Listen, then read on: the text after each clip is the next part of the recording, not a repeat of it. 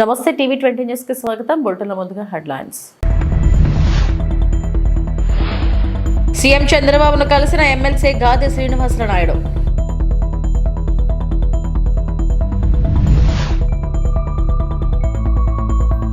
వైఎస్ఆర్సీపీ అధినేత మాజీ ముఖ్యమంత్రి వైఎస్ జగన్మోహన్ రెడ్డి మీడియా సమావేశం.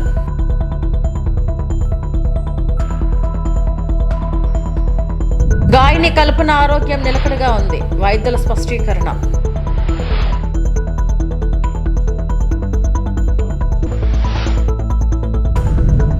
ఏపీ సీఎం చంద్రబాబును ఉత్తరాంధ్ర ఉపాధ్యాయ ఎమ్మెల్సీగా విజయం సాధించిన గాదె శ్రీనివాస నాయుడు మర్యాదపూర్వకంగా కలిశారు. శ్రీనివాస నాయుడును సీఎం అభినందించారు. ఉపాధ్యాయుల సమస్యలను పరిష్కరించడంతో పాటు వారిని గౌరవిస్తామని చంద్రబాబు చెప్పారు. సీఎంకు శ్రీనివాస నాయుడు కృతజ్ఞతలు తెలిపారు. సీఎంను కలిసిన వారిలో బీజేపీ నేత మాజీ ఎమ్మెల్సీ మాధవ్, పీఆర్టీయూ రాష్ట్ర అధ్యక్షుడు మిట్టా కృష్ణయ్య, ఏపీ ఉపాధ్యాయ సంఘం రాష్ట్ర అధ్యక్షుడు బాలాజీ తదితరులు ఉన్నారు.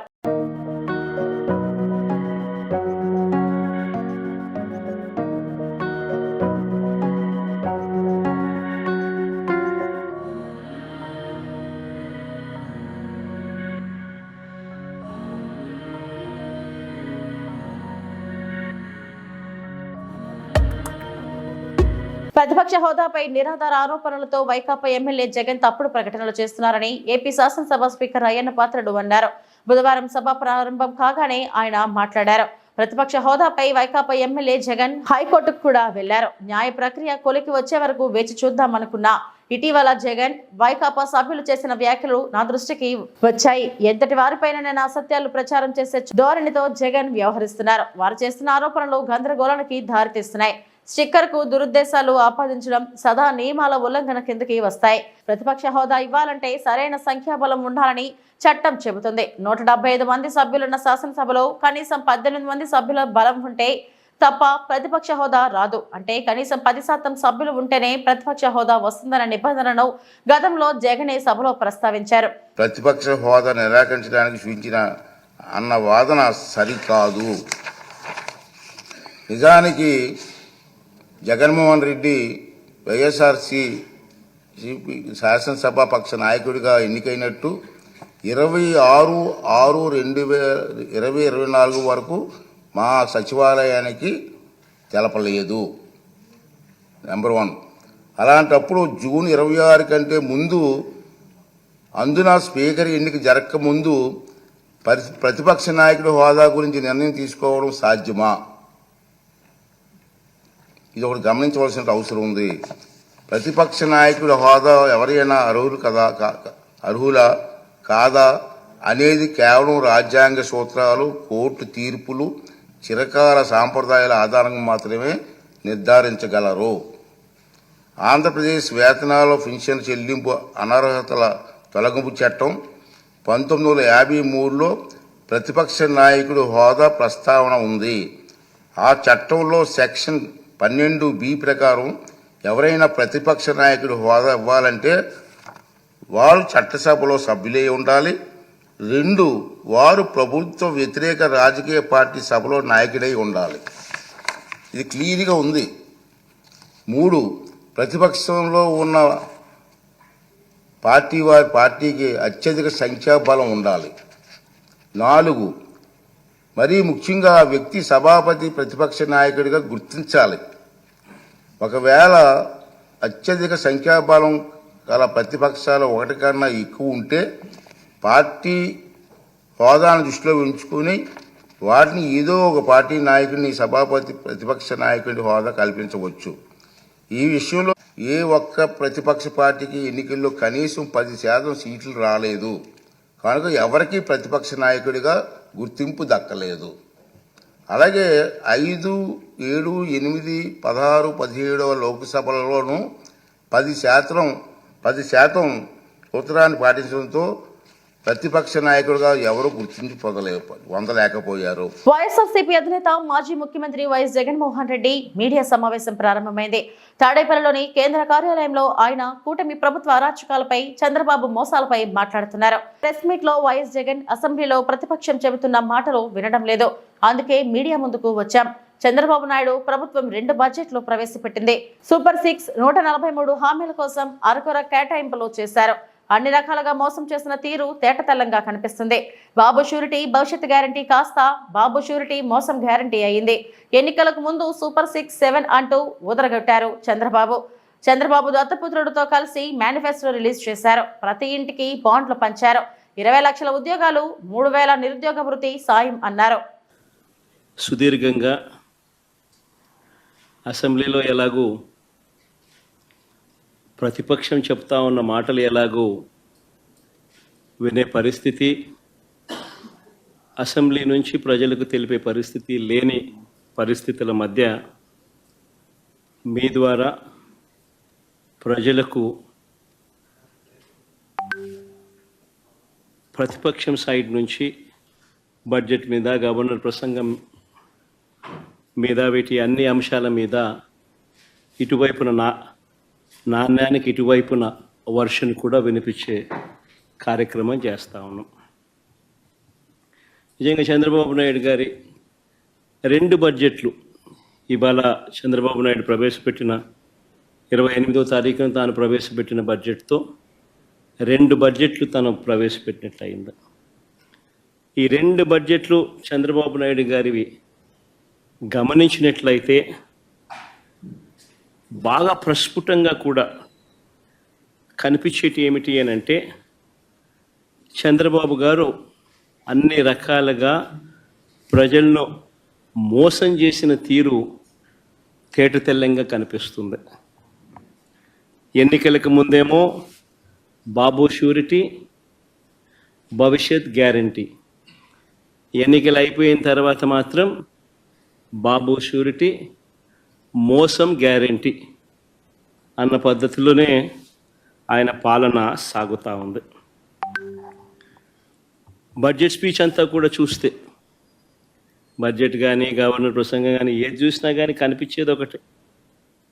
గవర్నర్ ప్రసంగంలో వీళ్ళు రిప్లై ఇచ్చేటప్పుడు కానీ, బడ్జెట్ స్పీచ్లో కానీ, ఎక్కడ చూసినా కానీ మనకు కనిపించేటివి 2 కనిపిస్తాయి. 1 పరనింద, 2 ఆత్మస్తుతి. ఈ 2 మాత్రం బాగా ప్రస్ఫుటంగా కనిపిస్తాయి. 2వ బడ్జెట్ ప్రవేశపెడతా ఉన్నప్పటికీ కూడా ఈ రోజుకి కూడా వాళ్ళ నోట్లో నుంచి వచ్చే మాటలు జగనట్ట, జగనిట్ట, జగనట్ట, జగనట్ట, ఆ పాలన, ఈ పాలన, ఇవే మాటలే వస్తాయి. కానీ ఎన్నికలప్పుడు వాళ్ళు ఇచ్చిన మాటల విషయం ఏమిటి, ఎన్నికలప్పుడు వాళ్ళు ఇచ్చిన హామీల విషయానికి ఏమిటి, వాటికి సంబంధించి ఏం చెప్తున్నారు, ఆ సూపర్ 6, ఆ సూపర్ 7 విషయాలు ఏమిటి, ఆ మేనిఫెస్టోలో మీరు 143 హామీలను ఇచ్చారు, ఆ 143 హామీల పరిస్థితి ఏమిటి అని చెప్పి అడిగితే మాత్రం వాళ్ళ నోట్లలో నుంచి ఏ ఒక్కరి నోట్లో నుంచి కూడా సమాధానాలు కూడా సరిగ్గా రావు. ఏది చెప్పినా అబద్ధం, ఏది చెప్పినా మోసం. ఎన్నికలప్పుడేమో సూపర్ 6 అన్నారు, సూపర్ 7 అన్నారు, ఏకంగా ఒక మేనిఫెస్టో రిలీజ్ చేశారు. ఆయన దత్తపుత్రుడు ఇద్దరు కలిసి రకరకాల పద్ధతుల్లో పోజులు ఇస్తూ జగన్ చెప్పిన దానికన్నా ఎక్కువ చేస్తున్నాము అని చెబుతూ ఎమ్మెల్యే వేముల వీరేశం సైబర్ మోసం నుంచి త్రుటిలో బయటపడ్డారు. ఇటీవల సైబర్ నేరగాళ్లు ఆయనకు నగ్న వీడియో కాల్ చేశారు. దాన్ని స్క్రీన్ రికార్డింగ్ చేసి ఎమ్మెల్యే నెంబర్కు పంపించి బెదిరింపులకు దిగారు. డబ్బులు ఇవ్వకుంటే వీడియోను సోషల్ మీడియాలో పోస్ట్ చేస్తామంటూ బెదిరించారు. సైబర్ మోసగాళ్ల పన్నాగాన్ని పసిగట్టిన ఎమ్మెల్యే వీరేశం వెంటనే నకిరేకల్ పోలీసులకు ఫిర్యాదు చేశారు. ఫిర్యాదు చేసిన అనంతరం వీరేశం మీడియాతో మాట్లాడారు. మీరు అప్రమత్తమై రిప్లై ఇవ్వకుండా ఆ ఫోన్ మాట్లాడాలనేటువంటి ఉద్దేశంతో మీరు మాట్లాడుతూ వారు విసిరినటువంటి అంశాలలో మీరు తెలిసో తెలియకో అందులోకి వెళ్ళి బాధపడకుండా, డబ్బులు పోగొట్టుకోకుండా అప్రమత్తంగా ఉంటూ సంబంధించినటువంటి మీ ఏరియాలో ఉండేటువంటి పోలీసు వాళ్లకు రిపోర్ట్ చేయాలని చెప్పేసి నేను విజ్ఞప్తిస్తాను. రాత్రి నాకు ఫోన్ కాల్ వచ్చి తర్వాత మెసేజ్ వచ్చిన తర్వాత నేను స్థానిక సిఐ గారికి ఈ నెంబర్ని ఫార్వర్డ్ చేసి ఇది ఎవరిది, ఎక్కడి నుంచి వస్తుంది, దీని వెనకాల ఉండే ఉద్దేశాలు ఏంటి అనేటువంటిది నేను కనుక్కున్న తర్వాత ఇది మధ్యప్రదేశ్ నుంచి వస్తుంది, ఇది సైబర్ నేరగాళ్ల పని అని చెప్పినప్పుడు దీన్ని పాయింట్అవుట్ చేయాలి. నాకే కాదు ఎంతమందికి వస్తుందో చాలామంది బయటికి చెప్పుకోలేకపోవచ్చు.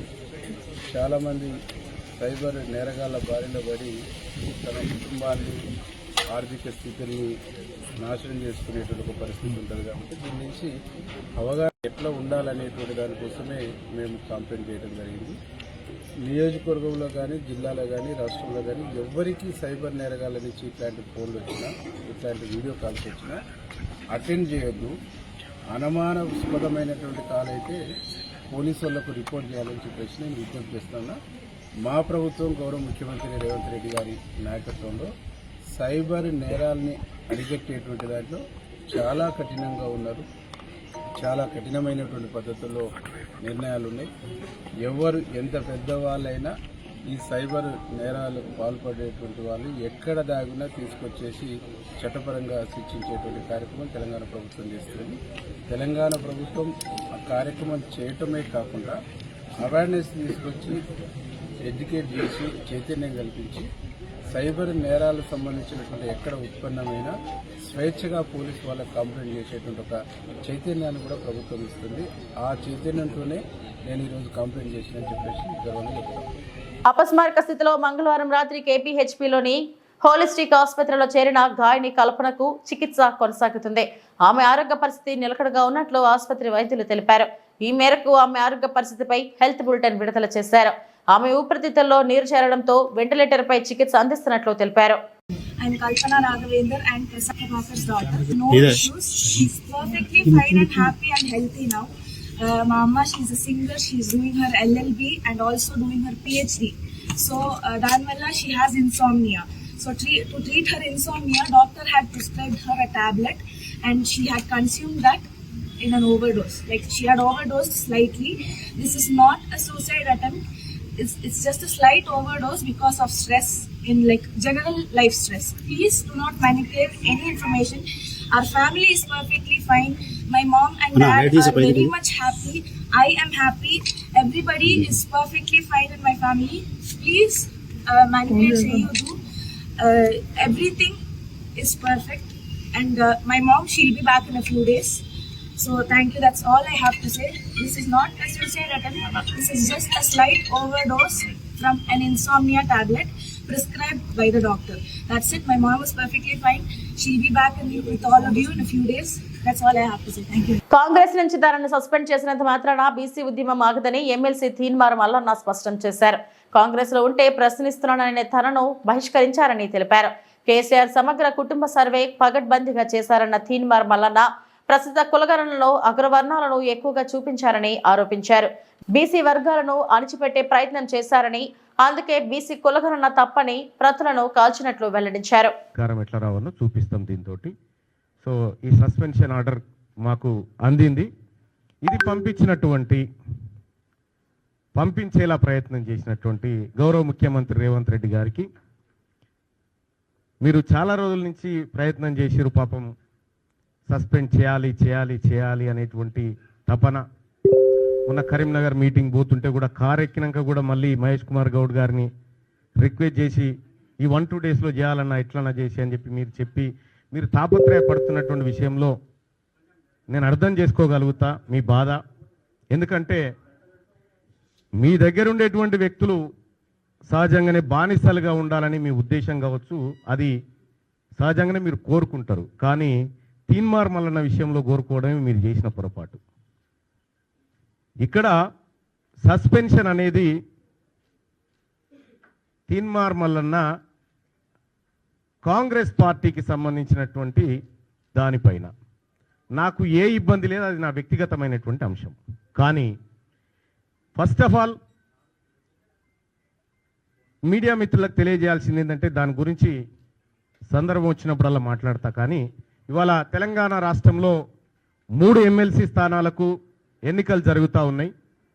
ఈ ఎమ్మెల్సీ ఎన్నికల్లో బీసీ అభ్యర్థులను మరింత ఉత్సాహపరిచే విధంగా ఓటింగ్లో పాల్గొన్నటువంటి బీసీ వాదులకు, సంఘాలకు, మేధావులకు, టీచర్లకు, పట్టభద్రులకు అందరికీ శిరస్సు వంచి నమస్కారం చేస్తా ఉన్నాం. మేమంతా మీరిచ్చినటువంటి బూస్టింగ్ ఇది మామూలు బూస్టింగ్ కాదు. మాకు రేపు భవిష్యత్ తరాల్లో అది ఖచ్చితంగా నుంచి చాలామంది మీడియా మిత్రులు అడుగుతా ఉన్నారు, ఏమైంది మల్లన్న సస్పెన్షన్ ఆర్డర్ వచ్చింది, మీరు స్పందించరా, ఎప్పుడు స్పందిస్తారనేటువంటి మాట చాలామంది మిత్రులు, మా సోదరులు కూడా చాలామంది ఫోన్ చేసి అడగడం జరిగింది. క్లియర్గా స్పందించాలని అనుకున్నా, అందరి సమక్షంలో స్పందించాలనుకున్నా. దానికోసమే ఇవాళ మీ అందరినీ ఇక్కడికి రమ్మని ఆహ్వానించడం జరిగింది. వచ్చి ఈ కార్యక్రమాన్ని కవర్ చేస్తున్నందుకు మరొకసారి ధన్యవాదాలు తెలియజేసుకుంటూనే, ఇక గౌరవ ముఖ్యమంత్రి రేవంత్ రెడ్డి గారు నన్ను కాంగ్రెస్ పార్టీ నుంచి బయటికి పంపించడం ద్వారా ఏదో జరిగిపోతుంది, ఇక బీసీ ఉద్యమం ఆగిపోతుంది, బీసీలు ఇంకెవరు మాట్లాడరు అనేటువంటి భ్రమలు మీకేమన్నా ఉంటే తొలగించుకోరు. అవి వెనకటి బీసీలం కాదు, మేమంతా ఆధునీకరించబడి ఆలోచన మెరుగుపరుచుకొని వచ్చిన మలిదశ బీసీ ఉద్యమకారులం మేమంతా, ఇప్పుడు పుట్టుకొచ్చిన వాళ్ళం. ఇవాళ అడిగింది ఏంది? తీన్మార్ మల్లన్న అడిగింది కులగణన తప్పు, మీరు ఈ ప్రభుత్వం చేసినటువంటి కులగణన చిత్తు కాగితంతో సమానం, ఇది ఎందుకు పనికిరాదు, ఇది బీసీలను ప్రజలను మోసం చేస్తున్నటువంటి నివేదిక అని చెప్పి తగలబెట్టడం జరిగింది. నిజంగా తగలబెట్టడమే తప్పైతే, బీసీల మంచిని కోరి బీసీలకు న్యాయం జరగాలని కోరి తగలబెట్టడం తప్పైతే ఆ తప్పును ఇంకా 1000 సార్లు చేస్తా. కానీ ఇవాళ మీరే చెప్పిరు, భారతదేశానికే ఆదర్శవంతమైనటువంటి కులగణన మనం చేయబోతా ఉన్నాం, ఇది నా జన్మ సార్థకం. తెలంగాణ రాష్ట్ర వ్యాప్తంగా ఇంటర్ పరీక్షలు మొదలయ్యాయి. హైదరాబాద్ లోని పరీక్షా కేంద్రాల వద్ద సందడి వాతావరణం నెలకొంది. ఇవాళ్టి నుంచి ఇంటర్ పరీక్షలు ఉదయం 9 గంటల నుంచి మధ్యాహ్నం 12 గంటల వరకు జరగనున్నాయి. ప్రతి విద్యార్థిని హాల్ టికెట్స్ తో పాటు క్షుణ్ణంగా పరిశీలించిన తర్వాతే అధికారులు అనుమతించారు. 9 గంటల సమయం దాటిన 5 నిమిషాల వరకు ఆలస్యంగా వచ్చిన విద్యార్థులను సైతం పరీక్షా కేంద్రంలోకి అనుమతించారు.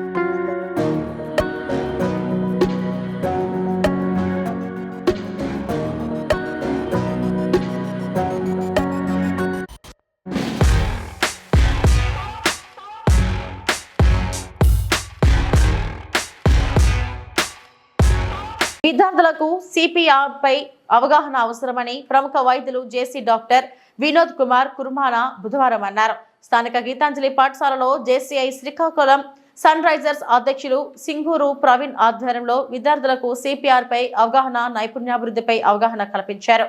డాక్టర్ వినోద్ మాట్లాడుతూ, ఈ కార్యక్రమం ద్వారా సిపిఆర్ ప్రాముఖ్యతను తెలియజేసి ప్రాణాపాయ పరిస్థితుల్లో ఎలా స్పందించాలి అనే అంశాలపై అవగాహన కల్పించగలిగామని, ఆగిన గుండెకు మళ్లీ జీవం పోసే ఒక ప్రక్రియ అని తెలియజేస్తూ సిపిఆర్ చేసే విధానాన్ని వివరించారు. ఈ కార్యక్రమంలో పాఠశాల విద్యార్థులు, ఉపాధ్యాయులు, chartered president JC Doosi Santosh, secretary JC Sudarshan తదితరులు హాజరయ్యారు.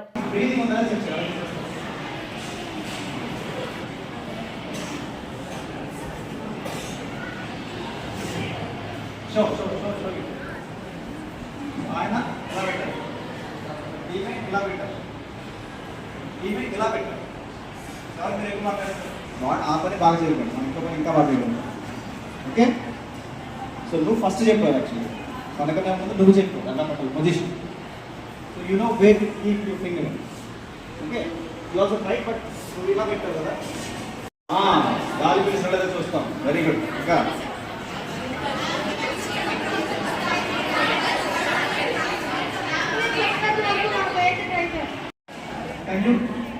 ఇలాంటి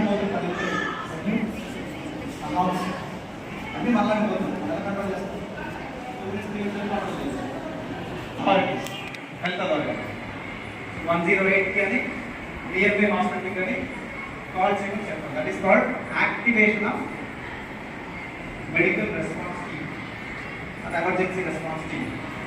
911 సినిమాలు చూస్తారు కదా, హాలీవుడ్ సినిమాలు, ప్లస్ 911 మరి ఎమర్జెన్సీ. ఇక్కడ మనకి హెల్త్ ఎమర్జెన్సీకి డైల్ 108. ఓకే, ఈమె ఇలా పెట్టారు. ఎవరు మీరు ఎక్కువ పెట్టారు? ఓకే, ఇవి ఎక్కువ వచ్చినాయి. స్మాల్ థింగ్స్ అందరూ బ్రీదింగే చెక్ చేస్తారు. సో నా సెన్సిటివ్ అడగాలంటే లార్జర్ ఏరియాస్ అంటే వాడాలి. ఫింగర్ మిస్ అయిపోవచ్చు, ఫీవర్ బ్రెత్ ఉంది, చిన్న బ్రెత్ ఉంది, ఫింగర్ పెట్టాం సరిగ్గా కుదిరి పెట్టలేదు, బట్ టీచింగ్ బ్రెత్ పీల్చుకోవాలి కాదు, మిస్ అయిపోతాం కదా. ఫ్రెండ్ అయితే మిస్ అయ్యే ఛాన్స్ లేదు. Latest won't lose any chance, they grab all the chances. Okay, రాసుకుంటాం. అనకాపల్లి జిల్లా చోడవరం నియోజకవర్గం బుచ్చేపేట మండలం వడ్డాది గ్రామంలో కుబిరెడ్డి ప్రకాష్ రైతు పాకలకు వరి కుప్పలు గుర్తు తెలియని దుండగులు నిప్పు అంటించగా రైతుకి చెందిన 3 పాకలు 2 వరి కుప్పలు 40 బస్తాల ధాన్యం దగ్ధమైంది. ఈ ఘటన గత రాత్రి సుమారు 2 గంటల ప్రాంతంలో జరిగి ఉంటుందని భావిస్తున్నారు. స్థానికుల సమాచారం మేరకు ఘటనా స్థలానికి చేరుకున్న చోడవరం అగ్నిమాపక సిబ్బంది వరి కుప్పల మంటలను అదుపు చేసే ప్రయత్నం చేస్తున్నారు. సుమారు 3 లక్షల ఆస్తి నష్టం సంభవించి ఉంటుందని అంచనా వేస్తున్నారు. చేయకూడదు, భగవంతు ఉండొచ్చు, కాకపోతే మనిషి చూసుకోవాలి. ఎలాగా ఏదో పని ఎప్పుడు చేయకూడదు.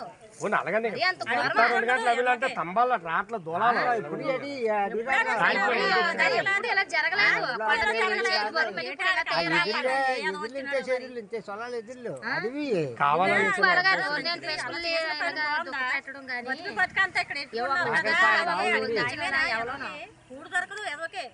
నేను అక్కడ పప్పును వచ్చేసి ఇక్కడ తెచ్చి దానాల బత్తాలు పాకలే. ఇది రాత్రి అంతా అయిపోయింది. అక్కడ పశువులు కాలిపోయి, ఎడ్లు బండ్లు కాలిపోయి సుమారు 7-8 లక్షల వరకు ఆస్తి నష్టం అయిపోయిందండి. సుమారు ఒక కుటుంబం కాదండి, 4 కుటుంబాల తాలూకు ఆస్తి నష్టం అండి. ఇది దాని మీద బతికేవాళ్ళు. వేరే ఆధారం అంటూ ఏమీ లేదండి వీళ్ళకి. పొద్దున్న లేకడం దాని మీద ఆ పశువులతోనే జీవన సాగించుకోవడం, ఏది చేసుకోవడం. ఇప్పుడు పశువులకి గడ్డి లేదు, తినడానికి తిండి లేదు, ఉండడానికి సర్వం కోల్పోయి ఉన్నారండి. దయచేసి ఎలాగైనా సరే దీన్ని తీసుకొచ్చి మా వాళ్ళు ఎలాగోలాగా ఎలాగైనా సరే మమ్మల్ని కాపాడాలి. టైర్ బాల్ ఏమన్నా 2 టైర్ బాల్ కాలిపోయండి, ఎడ్ల బళ్ళు 2, ఒక వ్యవసాయం తాలూకా ఎడ్లు కూడా సుమారు 2 జత ఎడ్లు కూడా కాళ్ళు చేసి తీవ్రంగా గాయపడిపోయాడు. వెనక భాగం వరంగల్ మామునూరు ఎయిర్పోర్ట్ భూ సర్వీస్ అడ్డుకున్న భూమి యజమానులు. వరంగల్ జిల్లాలో రోడ్డు ఎక్కిన నకలపల్లి, కుంటూరుపల్లి, నల్లకుంట, గాడిపల్లి రైతులు, గ్రామస్తులు ఎయిర్పోర్ట్ నిర్మాణంతో భూమి కోల్పోతున్న రైతులు తమ ఊరికి వచ్చే రోడ్డుకి ప్రత్యామ్నాయ రోడ్డు కావాలని ధర్నాకు దిగారు. రైతులకు మార్కెట్ ధరకి తగినట్టుగా పరిహారం ఇస్తే భూములు ఇస్తామంటున్న గలం వినిపించారు. సుమారు 200 మంది రైతులు జై జవాన్ జై కిసాన్ అని నినాదాలు చేస్తూ రోడ్డుపై బైఠాయించారు. అది ఒక సంవత్సరానికి వచ్చరికి 1,50,000 నుంచి 2 లక్షల రూపాయలు లీజు సార్. అది లీజ్ అగ్రిమెంట్. అది కూడా మేము ఎయిర్పోర్ట్ కి అడ్డము అని చెప్పి ఏనాడు కూడా మీకు తెలియజెప్పలేదు. కేవలం మాకు కావాల్సినటువంటి హక్కుల కోసం మాత్రమే మేము పోరాటం చేయడం జరుగుతూ ఉంది. దయచేసి దీనికి కూడా పై అధికారులుగా మీరు కూడా ఖచ్చితంగా మాకు సహకరించాలని మా యొక్క వినవి. Please request sir. దీనికి ఏంటంటే మీరు ఇప్పుడు సర్వే చేయడం వల్ల మీకు వచ్చిన నాకు 5 కోట్లు పరిహారం ఇవ్వాలా, రోడ్డు ఇస్తామని మినిస్టర్ గారు చెప్పాడు. ఆల్రెడీగా రోడ్డు ఇస్తామని చెప్పారు. 16 డబ్బులు ఇస్తామన్నారు. మాకు ఈ 2 సార్లు అయితే మేము కొననిస్తాం. అంటే మీకు ఇప్పుడు బూడిదలు పూస్తానన్నారంట కదా. నవోదయ దగ్గర మాకు నవోదయ రాజవారి కట్టే 2 భూములు ఉన్నాయి, మీకు ఇష్టం వచ్చి తీసుకోమని చెప్పారు. నవోదయ ఇప్పుడు మా కలెక్టర్ గారు మీకు భూమి ఇచ్చే ప్రక్రియ లేదంటున్నారు. ఇప్పటి వరకు నా బులెటిన్ అప్డేట్స్. నమస్తే.